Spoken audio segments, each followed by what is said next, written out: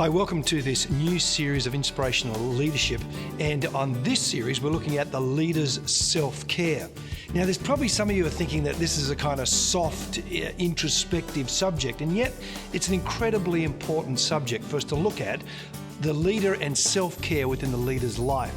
I want to quote from a book called Finishing Strong by Steve Farrar. It's pretty old now, but Steve Farrar actually starts the book by looking back into 1945, where there were three great preachers that were kind of rising up in American church life. They were Billy Graham, Bron Clifford, and Chuck Templeton. Now, most of us have heard of Billy Graham, but almost nobody's heard of Bron Clifford and Chuck Templeton. So what happened to the other two guys? This is Steve Farrar's point. The other two guys actually failed in ministry. Chuck Templeton, he says, left ministry to pursue a career as a radio and television commentator, stopped believing in faith as we know it.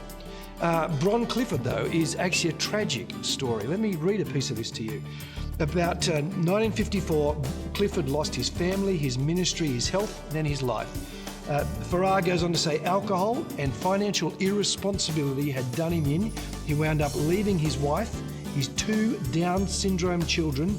At the age of just 35 years, this once great preacher died of cirrhosis of the liver in the Panhandle near Amarillo in Texas. It's a tragic picture, isn't it? An incredibly disappointing loss to himself, to his family, and to the kingdom of God.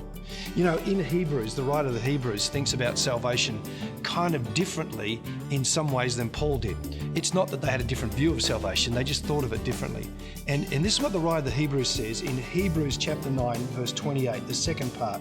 And he says, talks about Jesus, who will come to take away the many sins of people and appear a second time, not to bear sin, but to bring salvation. What the writer of the Hebrews is saying is that salvation wasn't just a past tense, I've been saved, but a future tense. I will be saved when Jesus comes back again, or when I'm in Jesus' presence. The writer of the Hebrews wanted to make sure that every person gets to that place, and every leader gets to that place. Each of these we have an action, and here is the action for today. What is your attitude to your faith and your health? Do you take it for granted that you will last over the long term? Because if you do, you may just fail.